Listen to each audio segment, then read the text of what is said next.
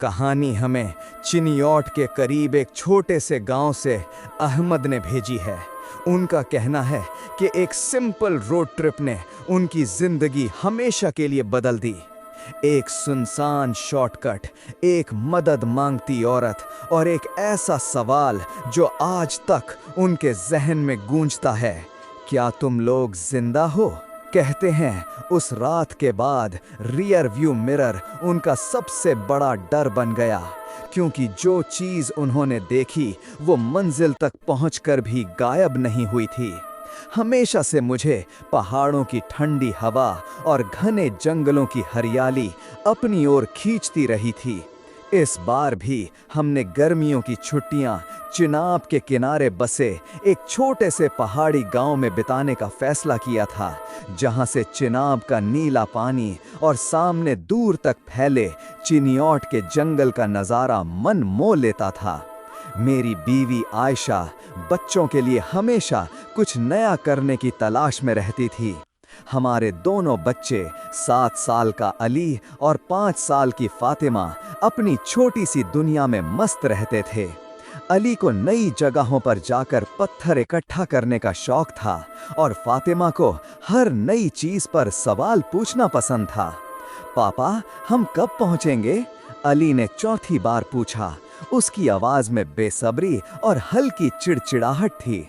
मैं स्टीयरिंग पर हाथ जमाए मुस्कुराया। बस बेटे, थोड़ी देर और फिर हम अपने लकड़ी के छोटे से घर में होंगे, जहां से तुम तारे गिन सकोगे। आयशा ने पीछे मुड़कर देखा।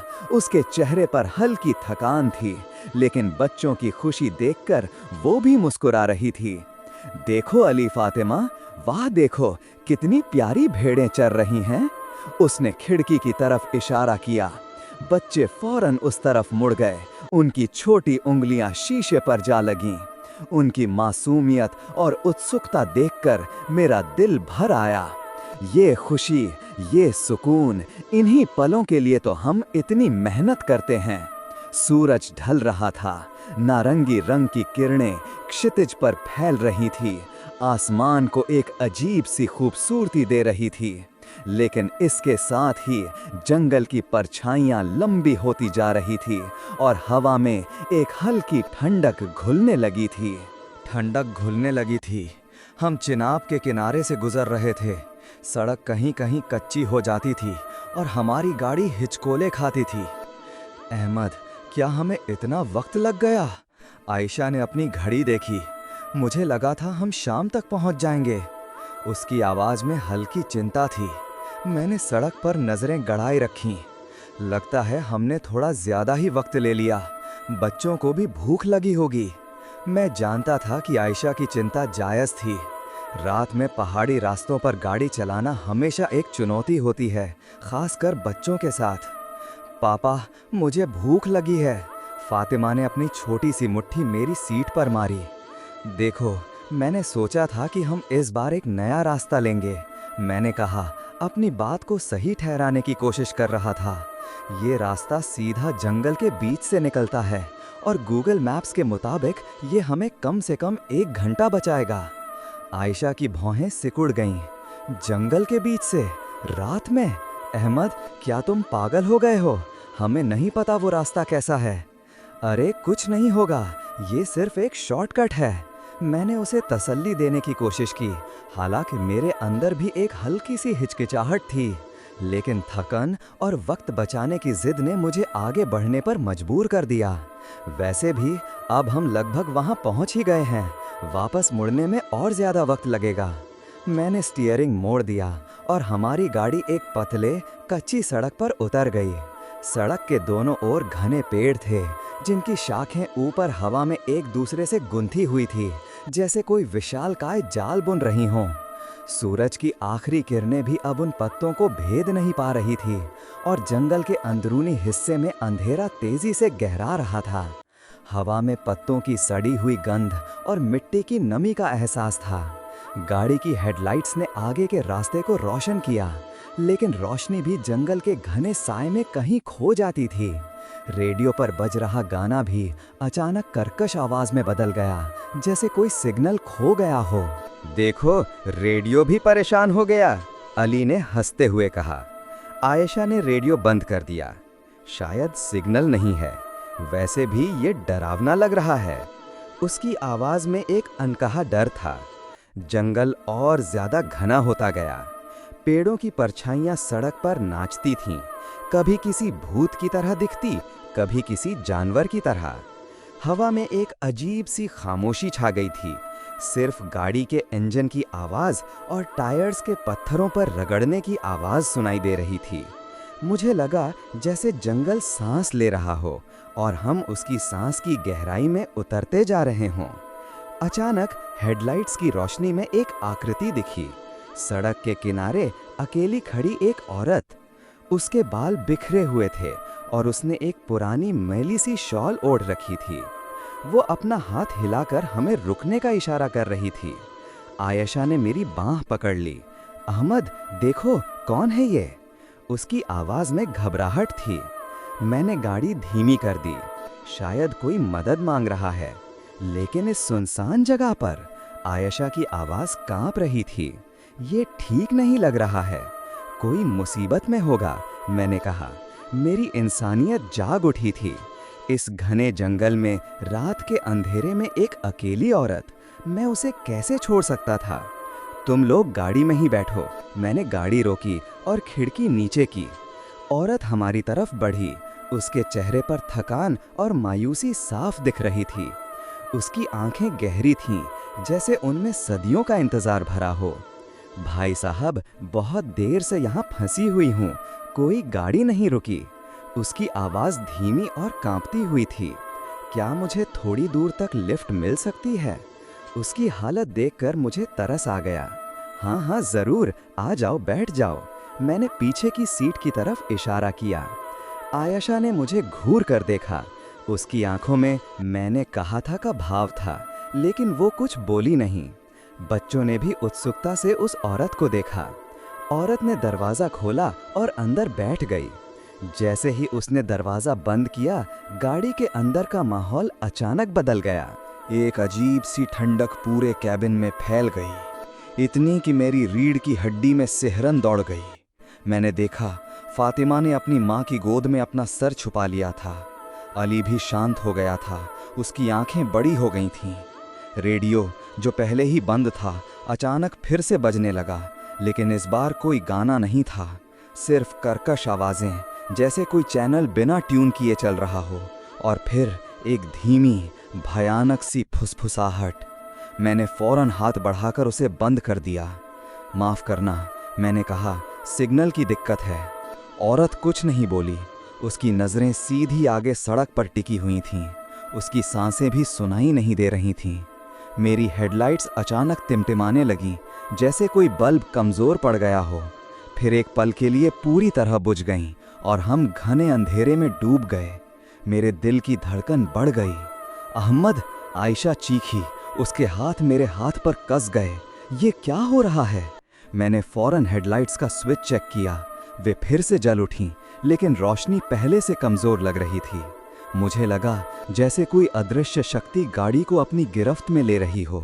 कुछ नहीं आयशा, शायद वायर लूज हो गया है। मैंने खुद को और उसे तसल्ली देने की कोशिश की, लेकिन मेरी आवाज़ में भी कंपन था। पीछे से औरत की आवाज़ आई, धीमी और गहरी, जैसे किसी कुएं से आ रही हो। क्या तुम लोग जिंदा हो? उसकी आवाज़ ने मेरे रोंगटे खड़े कर दिए। आयशा ने मेरे हाथ पर अपनी पकड़ और मजबूत कर ली। बच्चे पीछे से सुबक रहे थे। जी, मैंने पीछे देखने की हिम्मत नहीं की। मेरी आंखें सीधी सड़क पर टिकी थीं, जो अब और ज़्यादा धुंधली और डरावनी लग रही थीं। मैं पूछ रही हूँ, क्या तुम लोग सच में जिंदा हो? उसकी आवाज़ में अब एक अजीब सी गूंज थी, जो गाड़ी की दीवारों से टकराकर वापस आ रही थी। मेरे दिमाग में हज़ारों सवाल कौंध गए। ये कैसा सवाल है? क्या मतलब है इसका? क्या ये औरत पागल है या कुछ और? जी हाँ, हम सब जिंदा हैं, आयशा ने हिम्मत करके कहा। उसकी आवाज़ में डर साफ झलक रहा था। हम एक रोड ट्रिप पर हैं। औरत ने कोई जवाब नहीं दिया। गाड़ी के अंदर सिर्फ हमारी धड़कनों की आवाज़ें सुनाई दे रही थीं।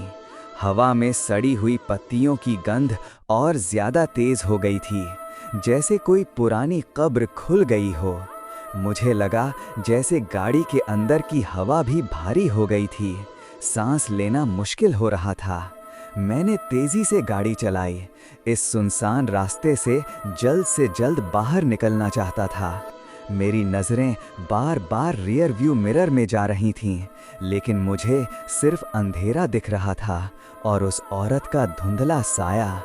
उसका चेहरा अब भी सीधा आगे की तरफ था, लेकिन उसकी आंखें, मुझे लगा जैसे वे अब और गहरी हो गई थीं और उनमें कोई रोशनी नहीं थी।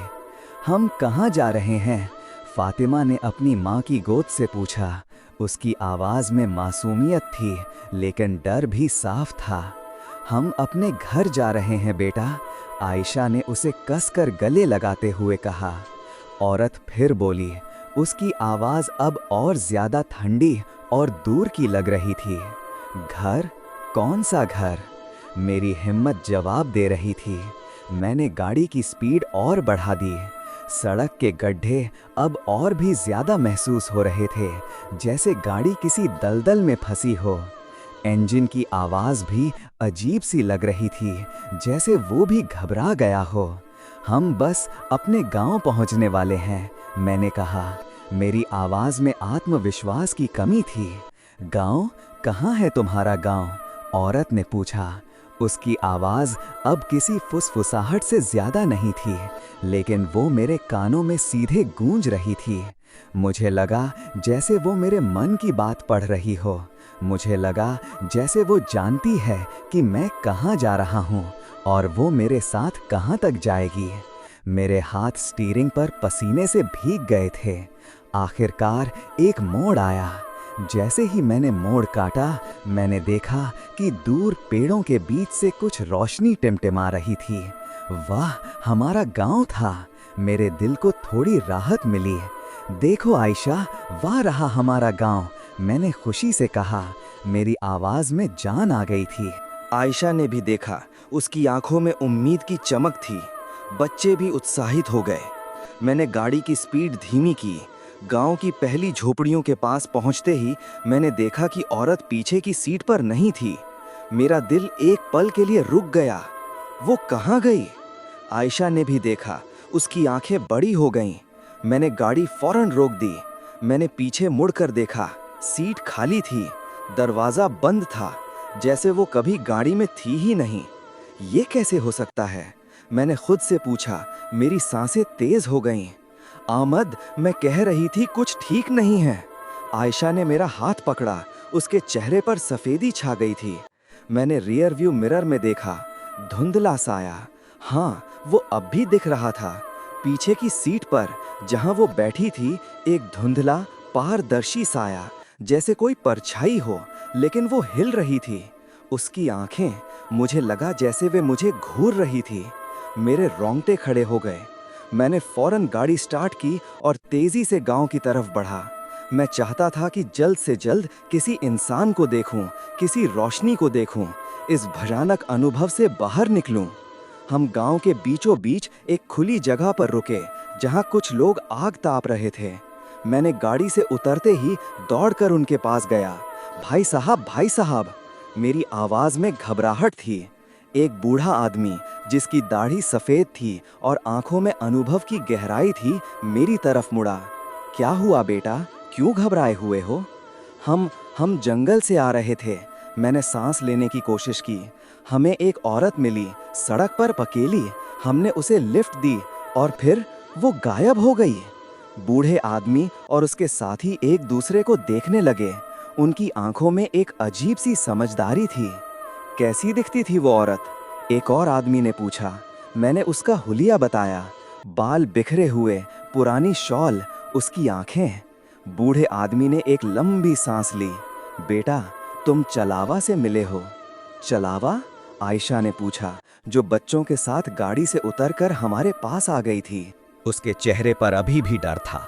हाँ, चलावा, बूढ़े आदमी ने सिर हिलाया। ये एक रूहानी धोखा है।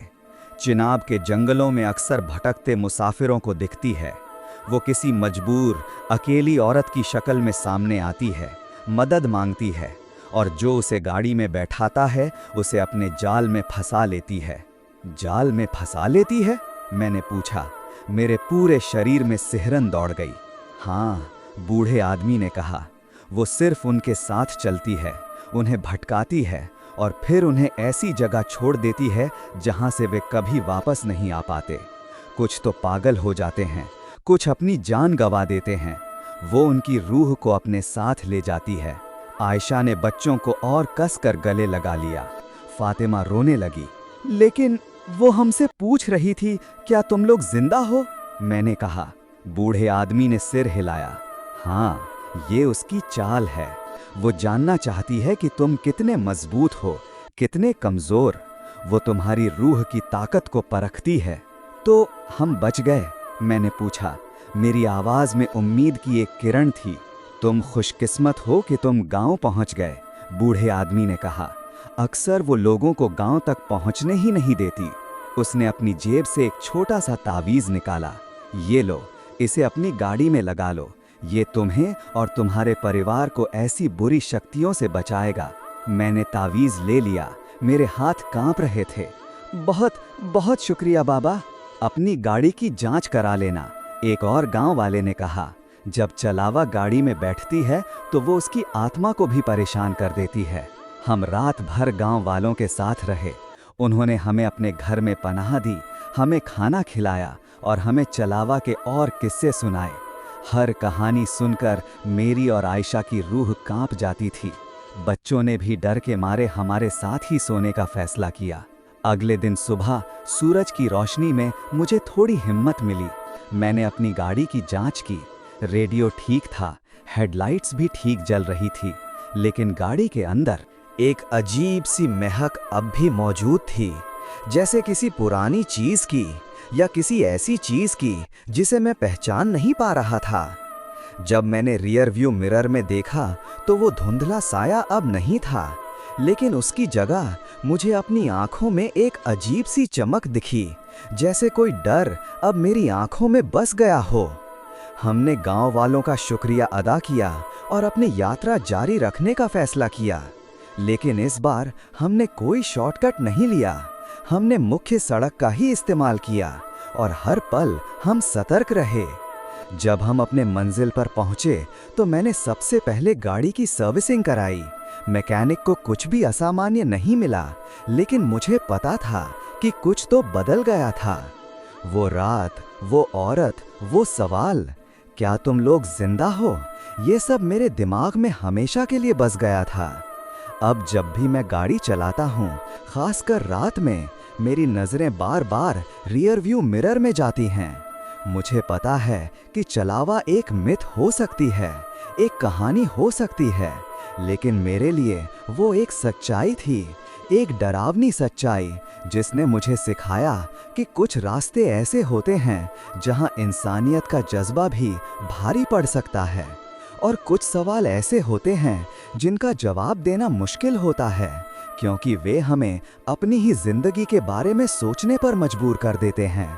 हम जिंदा तो थे, लेकिन उस रात के बाद हमें लगा जैसे हमारी रूह का एक हिस्सा उस घने जंगल में ही रह गया था, चलावा के इंतजार में। अगर आप कभी रात के अंधेरे में किसी सुनसान रोड पर ड्राइव करें और कोई अनजान शख्स लिफ्ट मांगे, तो क्या आप रुकेंगे? अपनी राय कमेंट में ज़रूर बताएं। और अगर आप भी किसी ऐसे वाकया का हिस्सा रह चुके हैं जो समझ से परे हो, तो हमें ज़रूर लिखें। शायद आपकी कहानी अगले एपिसोड में सुनाई जाए। लेकिन याद रखिए, हर शॉर्टकट मंजिल तक नहीं ले जाता।